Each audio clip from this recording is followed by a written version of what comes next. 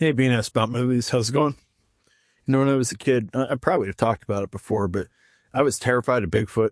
Fascinated and terrified by Bigfoot at the same time. Bigfoot, if you grew up in the 70s, I was born in 72. Shows like That's Incredible and In Search Of really took over the airwaves. A giant, hairy creature, part ape, part man.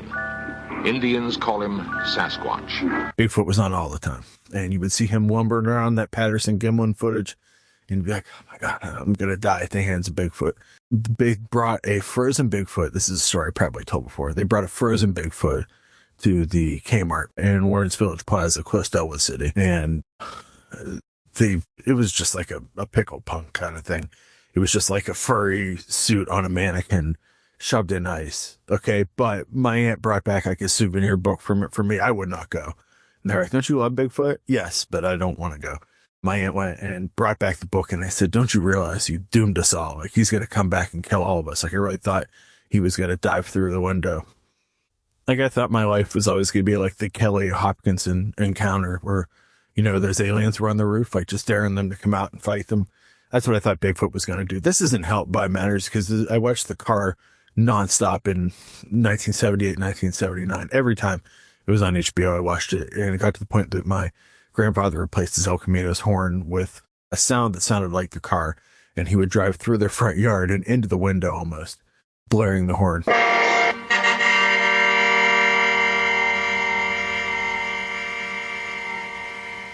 Screaming outside saying the car's got me. In case you wonder how I turned out and listen to this podcast. Anyway, how did we get from the car to Bigfoot? I know I have a lot all over the places, so apologies. Anyway, terrified of Bigfoot. I was sure he's going to come to the house. Today, I'm obsessed with Bigfoot movies.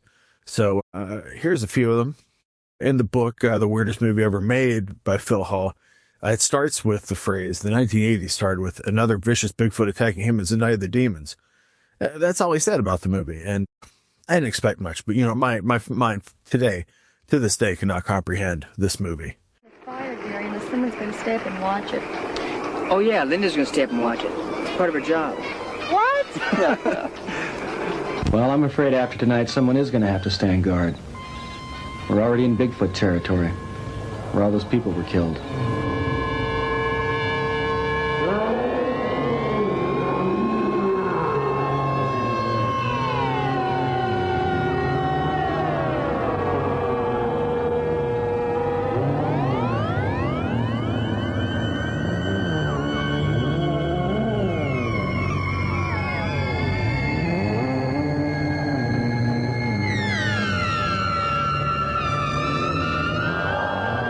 Those stories, those horror stories you heard about in the forest, they're true. They're all true.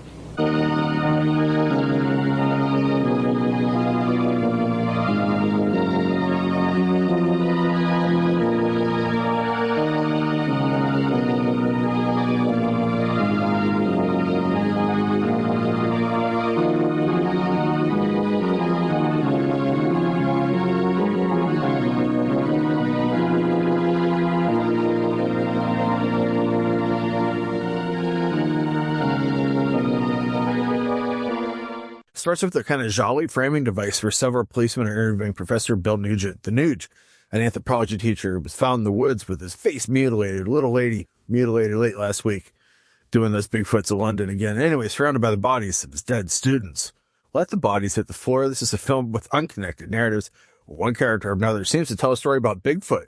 Then that story is reenacted. It starts with Carl Thomas, whose family was murdered by a Bigfoot. Then when the Nuge initiates a flashback of his class discovering proof of the creature, that's when Nuge initiates a flashback of his class discovering proof of the creature after it attacked a family unpicked. The authorities determined that all the murders in the area that Bigfoot was involved in had to be a hoax. Carl goes one further by saying the police tampered with evidence in her father's case. She also tells another flashback tale where we watch a couple in the throes of passion inside a van. The man is soon dragged from the vehicle and dies in bloody pain on the windshield while the woman watches. So at this point, I realized this isn't really a Bigfoot movie per se. It's a slasher that, yes, is on the Videos Nasties list due to shocking levels of gore and mayhem. Anyway, back to the story. The university won't sanction the Nugent's class trip to keep on searching for Bigfoot, but guess what? They do it anyway. Nugent and his group plan on staying at Carlson's Landing, owned by Lou Carlson, refuses to help the professor or students. He does till they get him drunk, and he realizes there's a woman in the woods named Wanda who has a connection with the beast. Meanwhile, Bigfoot shoves a man into a sleeping bag, swings him around and around, and throws him into a tree where he's impaled on a tree branch. This is way before Jason X. Nugent and his kids make it into town and learn that Wanda went mute and insane after having a deformed stillbirth. Her father is a preacher named Emmett McGinney.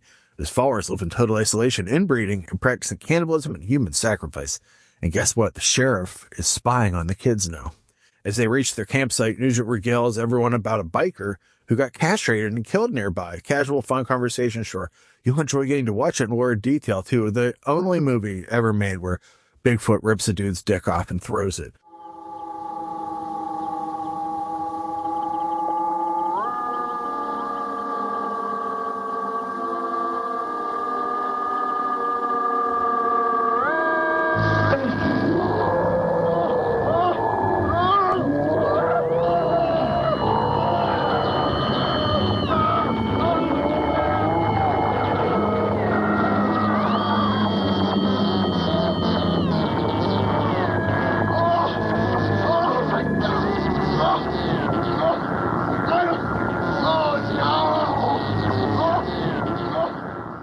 Few hours after they all go to sleep, they're wakened by McGinty's satanic cult, which includes the sheriff, as they chant, perform a sex ritual with a girl who we soon learn is Wanda. Nugent panics, fires his gun. Complete chaos ensues. The Bigfoot statues all catch on fire. What are we on, Skull Island? This makes no sense. At this point, any sane person would just leave, but Nugent and his crew press on. Despite Bigfoot chasing them and stealing their boat, they find Wanda's cabin and they bribe her with candy. What, they can break a candy necklace? Attention all shoppers. If you have a sweet tooth, we have a special treat for you. If your purchases in the next half hour amount to $5 or more, we'll give you a bag of hard candies free. Once they show her a track, Bigfoot's prints, she goes crazy and locks herself in a room. How would you pass the time? I would get the out of there is what I do, but they tell stories. Nugent talks about an outdoorsman cut up with his own axe.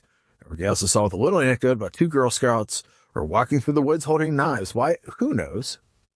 Bigfoot soon shows up and kills the girls with their own weapons. Finally, one of the students plays top this, top that. Well, stop that. I don't really give a about trying to talk that, stop that. I wish you finally take a real look and really stop that. And talks about Bigfoot slamming a man's head into a tree repeatedly till the man shoots himself. In the midst of all of this, two of the kids decide to have sex, which seems like a good plan, but the smell of rotten gets Bigfoot running, and he tears up the boy's back. Like a back rape, kind of like old Roddy Piper offense. Somehow, Nugent's teaching abilities extend to hypnosis. He uses those abilities on Wanda, who is a flashback to her abusive childhood. Her father interrupted her first loving experience, and then her lover was replaced with Bigfoot. Yeah, you heard that right. Bigfoot. Convinced that the father of the child was a demon, McGinty killed the beast's offspring, and Wanda got her revenge by setting him on fire. Again, at this point, time to leave. Nope. They decided to dig up the body of Wanda's child, which brings out Bigfoot, who steals back his child's bones. Again, at this point, anyone saying would get the out. They decided to dig up the body of Wanda's child, which brings out Bigfoot, who steals back his child's bones. Everyone decides to become a cover version of Night of the Living Dead and see as much of the footage in Bigfoot vision. Bigfoot breaks in while Wanda calmly watches. That monster strangles folks. He rips out somebody's intestines, slices throats, shoves someone's face through a glass window like his name's Dario Argento, and then shoves Nugent's face onto a hot stove. You'll cheer. This is why you watch movies. Nugent wakes up back in the shallow framing device where the doctor sedate him. As he pleads for everyone, please find Wanda and Bigfoot. The police discuss his story, declare him criminally insane like a Slayer song, and move on. Branded in pain, marked criminally insane, locked away and kept restrained. Disapprobation, but what have I done? I have yet only just begun to take your lives. Are they also part of the conspiracy? I did some research and I learned the original ending of this movie had a helicopter rescue to come in and get the rest of the students, and the sheriff telling Wanda Bigfoot was safe. The film's distributor felt this would sell better commercially if everyone died. I have perfect joy about this movie. From these horror stories you heard about in the forest, they're all true. What a tagline. The bloody ending where nearly every character is wiped out in graphic detail. This movie that shocks you at every turn. Brutal violence, odd moments of humor, loud blasts of synth, boops, beeps, and squeals, nonsensical plotting in a movie there's no idea what it wants to be, so it's everything. I want more people to discover this film. It's a scummy filmmaking at its bloody best. It was originally released by VCX, the porn label under the VCII label, in the 1980s. The Werewolf and the Yeti, however, let's move aside from our focus on Bigfoot. A remedy? What is it? There exists a magic plant with red flowers on it. When its petals are mixed with the blood of a young girl, they can cure those like you who have been contaminated by the demons of Karakaram. Love.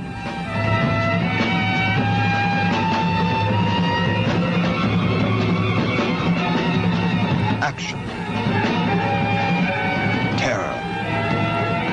In The Werewolf and the Yeti. Let's talk about werewolves, or werewolf, as I say it. Specifically, a werewolf named Count Vladimir Dolinsky. Over 12 movies, his origins have changed as often as I put on new movie shirts. Here, in his 8th film in the series, also known as Curse of the Beast, House of the Howling Beast, and in the Hall of the Mountain King, Waldemar becomes a werewolf. Sorry, everyone. This episode has been interruption after interruption, but this is the ghost of Carolyn de Fonseca. If you're playing the How High is Sam game, well, he just made his 4th music reference, this time to the band Savatage, an American heavy metal band founded by brothers John and Chris Oliva in 1979 in Tarpon Springs, Florida. Members would go on to be part of Trans-Siberian Orchestra. You know who cares about Savatage? Fat dudes doing podcasts in their basements. Oh, Sam. It's you! Now, back to the show. When he's bitten by not just one, but 2 vampire women. Wait, a vampire can turn you into a werewolf? And how does a Yeti get involved? Welcome to the cinema of Paul Naschy, the Paul Naschy cinematic universe, the Naschyverse. Waldemar Dolinsky is in Tibet looking for the legendary Yeti when the 2 vampire women we alluded to before capture him and keep him in their cave, while they're alternatively having sex with him and biting him and making him into a werewolf, which, I mean, if you're going to get turned into a werewolf, having 2 kind of goth girls repeatedly bite you and bang you, not the worst way to become a werewolf. Even a man who has pure heart and says his prayers by night, we become a wolf when the wolfsbane blooms and the autumn moon is bright and 2 vampire girls kidnap you and repeatedly ride you reverse cowgirl. While he's being transformed, his friends that came with him are captured and tortured by Tibetan pirates because we're in a Euro horror movie. We need some torture. I came out here tonight to look for my friend. I don't know if I'll ever get to see him again. I don't know if I'll make home tonight.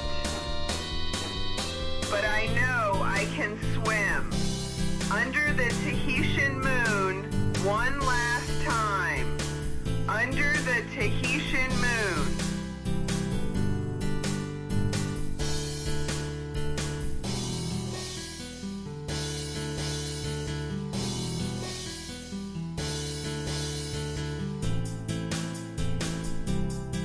With 8 minutes left, finally, Paul Naschy becomes a werewolf and battles the Yeti one-on-one.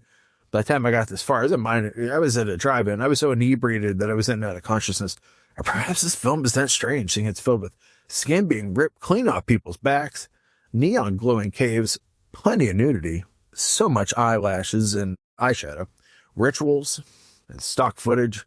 In short, if you saw this on HBO, those things would come up, like, strange sexual situations. In short, it's great. Look at those things and say, this movie's great. And while we're on sleaze, The Geek from 1971. This is a Frank Henenlotter release in his Sexy Shockers line. The 70s, obsessed with Bigfoot. So this whole episode's about, little did I know, The Geek existed, a movie that has no known director, shot in Oregon, and it has Lynn Holmes from The Undergraduate, Nora Wytrick from Flash Gordon, and Renee Bond's husband, Rick Lutz, in it. No one is sure who the other actors are either. They play 3 couples looking for Sasquatch. Or as the movie refers to it, The Geek, of course, as you expected, the couples all have sex. Perhaps you didn't think one would say his sister allowed him to fondle her breast. But look, this is 1971 sleaze, so if you're looking for good taste, wrong movie, wrong show. We haven't even gotten to the monster who looks like Andre the Giant playing Bigfoot in the 6 Millimeter Man. If he got stuck in the costume, he just kept pissing himself over and over again while he was in it. It's Bionic Bigfoot, new from Kenner, and the $6 Million Man. Look out, Steve! You'll never beat Bigfoot. Oh yeah, this'll stop him. Synchronic circuits! Give up, Bigfoot! Bigfoot never gives up. Bionic Bigfoot, new from Kenner, $6 Million Man, sold separately. This movie's 50 minutes long. It still finds time to have 2 cryptosexual assaults in it, which I guess is what people are looking for when they see this. Somewhere that Bigfoot has a small pink penis, and that he prefers it doggy style, but please refer to it as squatchy style. Skunk ape, all skunk ape action. Reverse. She wrote on reverse skunk ape. This is the kind of adult film that's just so squalid and sweaty and disgusting. You know how to watch it. There's some things in life you need to live through. Anyways, speaking of Bigfoot pornography, Bigfoot versus D.B. Cooper.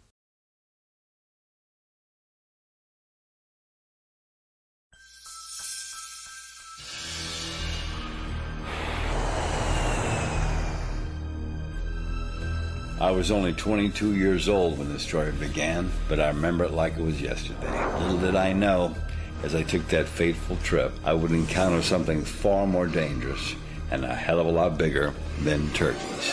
What kind of stories? Local legends about some kind of creature roaming these woods. Bigger than a man, stronger than a bear.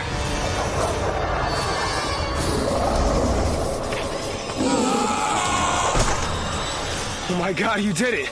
You stole $200,000, jumped off a plane, and killed one of the greatest urban legends. You're famous.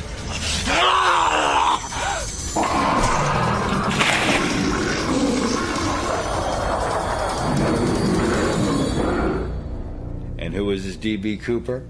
I'll let that remain a mystery. Look at the amazing poster for this. I want you to imagine how great an idea it is to have legendary hit hijacker D.B. Cooper and Bigfoot battle each other. And this isn't Bigfoot and D.B. Cooper.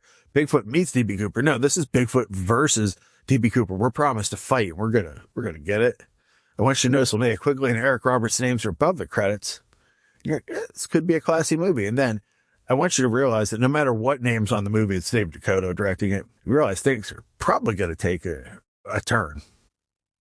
Sure, Dakota started his career making Creepazoids and Sorority Babes and Slimeball Bolorama, but lately he's been making cover versions of The Craft called The Brotherhood, a homoerotic battle of magical boys. So anyway, that's fine. I love that he makes these movies. Equal representation, right? Because we've had enough, like, the male gaze has been on boobs and butts too long. The male gaze should be on cock.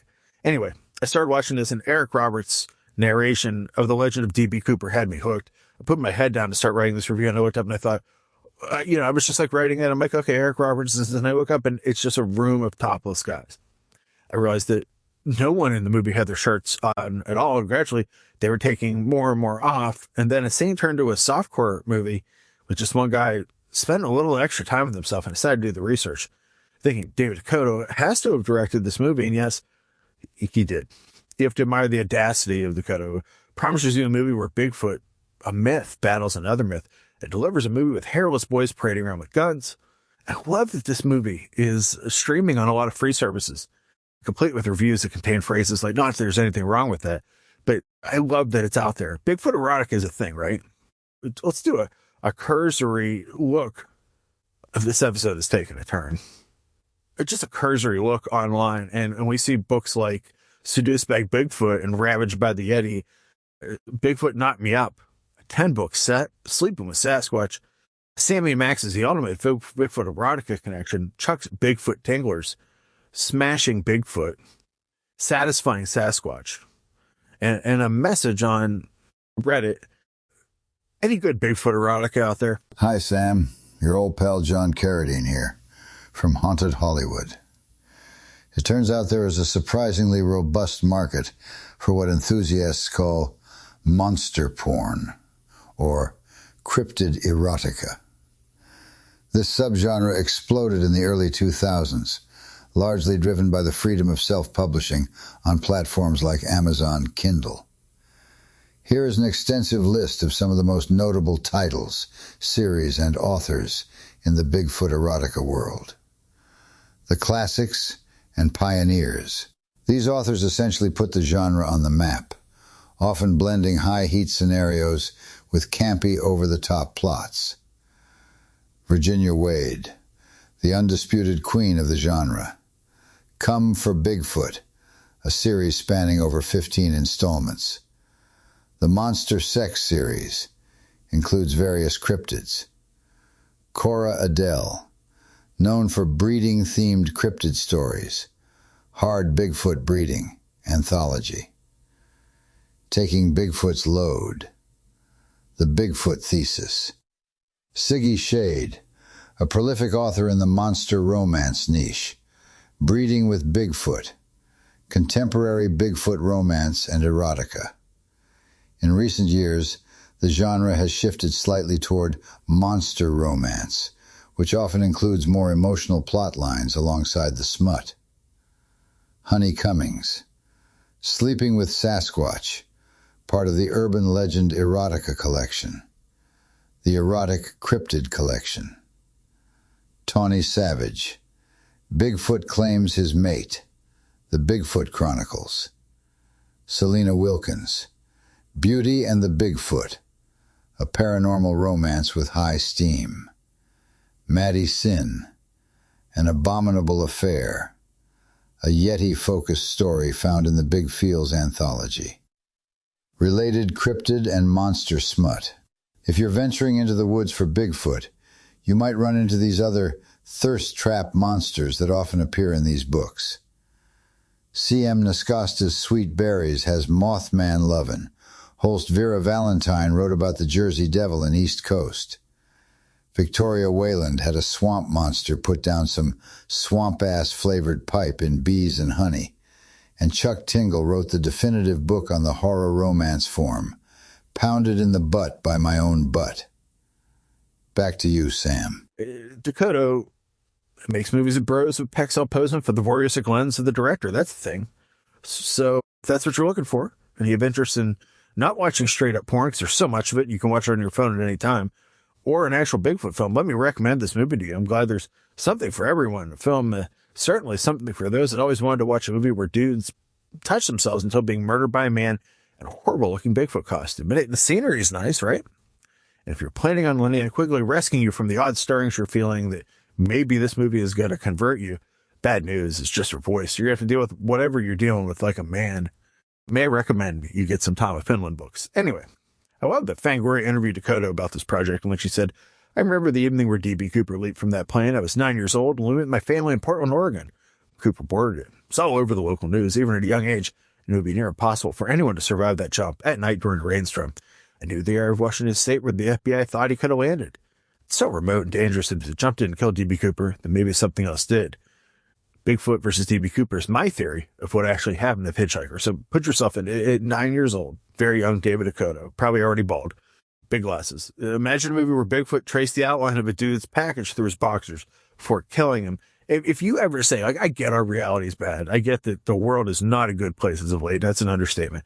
But we live in a world where people can grow up and say, my vision as a child was Bigfoot versus a House of Twinks. You might be hearing me tell you these things and say, should I watch this movie? Yeah.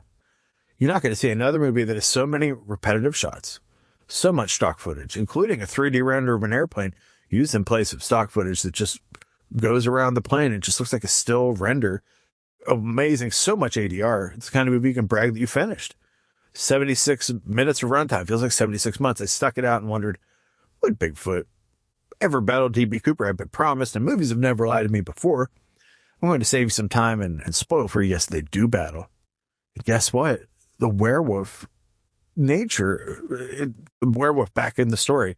Bigfoot, if he scratches you or bites you, you turn into a Bigfoot too. This is like a Wendigo thing. I don't know where this came from, but D.B. Cooper is now Bigfoot after their fight. So if you want some explanation beyond that, you're going to have to watch the movie yourself. Again, I love that this movie is available on DVD at a lot of Walmarts. I can only imagine that This is made as a Trojan horse to get male softcore porn into the, I would say, wanting often hands of far-right conspiracy lovers. If me sitting through this film had to happen to make my wish come true, I regret I only have one life to give to my country. I believe that somewhere out there someone said, hey, don't you love Squatching? Don't you love Bigfoot shows? And they gave him this and they watched it and they were like, what? Why have you done this to me? A movie that confronts you. And those is, if you listen to the show, those are my favorite movies. Man-Beast. The Man-Beast.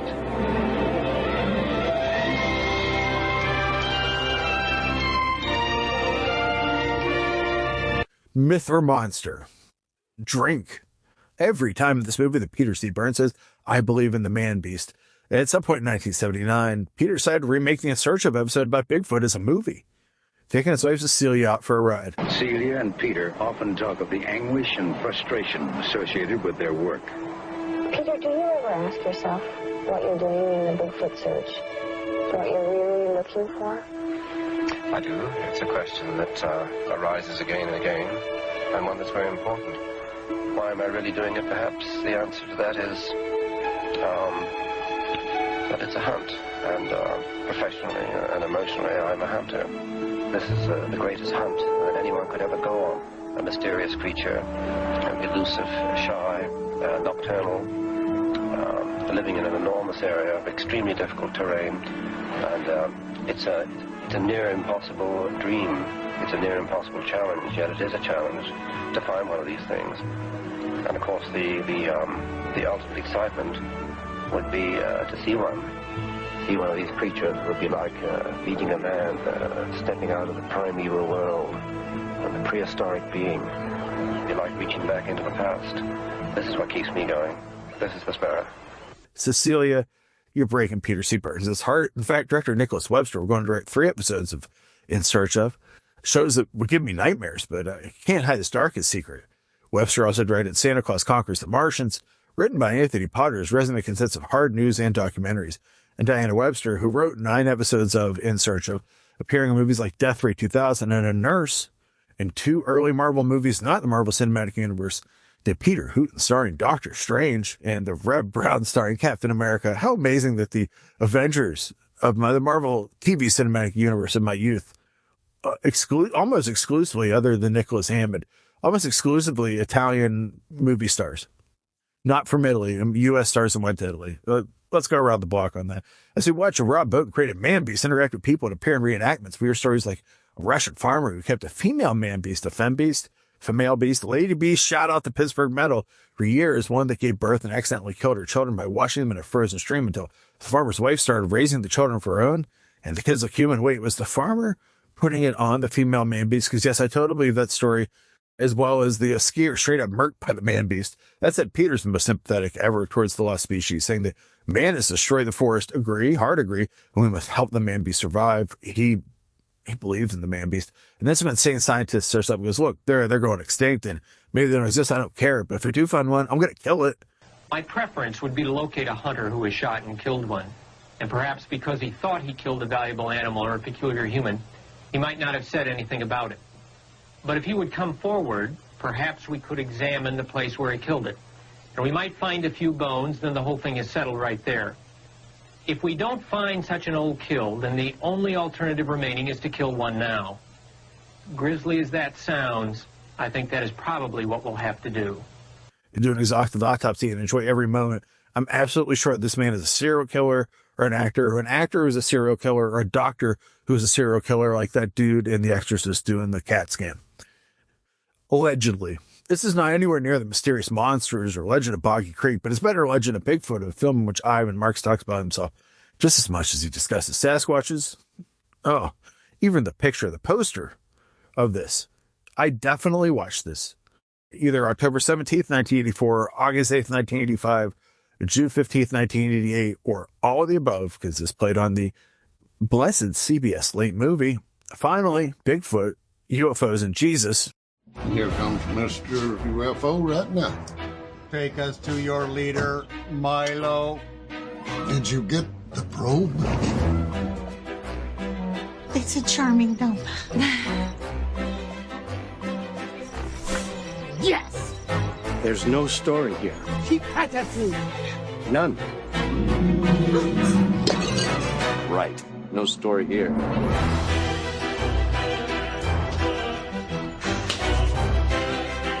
Somebody tell me what's going on. You didn't see the devil, did you? Or Bigfoot? Oh, God! Hey, you ever seen a UFO? No, I haven't. 2 year close encounters. Jesus calls it repentance. Are you drunk? I mean, like, right now? No. You know you're all out of your mind, right? I mean, with the words Jesus right in the name, can I be mad at myself without realizing that I got suckered into watching another Christian film? They can't all be Laura Gems or starring Voodoo Snake movies. Can they? Yeah, they can. Actually, I'm here to tell you. Hannah Howard, now a famous country singer. Well, you could tell me famous country singer and I'll just go, okay, no research. Once saw something not of this earth and nothing bites like I do. Was it Bigfoot, UFOs, and Jesus? She tried to forget about it until she does what everyone in this movie seems to do. She comes on back home. You got to come back home. You know, if like your mom dies and you had a weird relationship with her and there are ghosts in your family, you come back home. It means that everybody wants to unlock her secrets from her hippie mom. Former SNL star Victoria Jackson, whose appearance instantly made me say this is a right-wing movie, a religious movie, or a right-wing religious movie. Or former minister Donnie Most, Devil Take Me, or her Bigfoot hunter brother Josh Ponceman Perry. I have no idea who that is. They put in the middle like Ponceman. Oh, let's do a little research into Josh. I mean, if you get, it feels like a nickname he gave himself, right? That's Josh Perry, and oh boy. He says, I'm an actor. I'm dead sexy. I love bacon. And yes, I have Down syndrome. Now I'm making fun of him. Great jokes on me. God darn it. I'm going to get canceled. Anyway, to make things even stranger. Oh, Samuel. Samuel. You didn't do the research on him, did you? And now how do you feel? Yes. Now for the next question. Does emotional music have quite an effect on you? Do you feel sometimes that age is against you? Yes, that's interesting. But tell me, do you often sing or whistle just for fun? Do you feel sometimes that age is against you? Oh, well, Sam, you're canceled. To make things even stranger, the lights that she saw have come back to the Devil's Crossroads, which means she's about to learn what happened in her life. This movie was once called Lost Heart. And if I'd known that, I wouldn't have sat through it. It's a streaming film with a message, and I'm not cutting it down for having a message. If you've read, tons of religious films get covered on this show. And I think we do love a good parable, especially if it involves Franco Nero and bad CGI. There's an idea in here that needs to be explored. It could have been a better movie. I mean, can you believe in Jesus and aliens and Sasquatches all at the same time? Because I need to know that answer. However, the dub review of this movie, positive review, but then wanted to warn you that a woman in the movie has a tattoo. Fallen harlot, horror Babylon. Anyway, this is BNS Spot Movies. Hopefully you made it through this episode. Bigfoot, I can't believe you. Bigfoot, you're a grown man and you're taking this serious. I love What is wrong with you? I love Bigfoot. Oh, don't get smart with me. You and your UFO nonsense, you're crazy. I wish Bigfoot were my dad.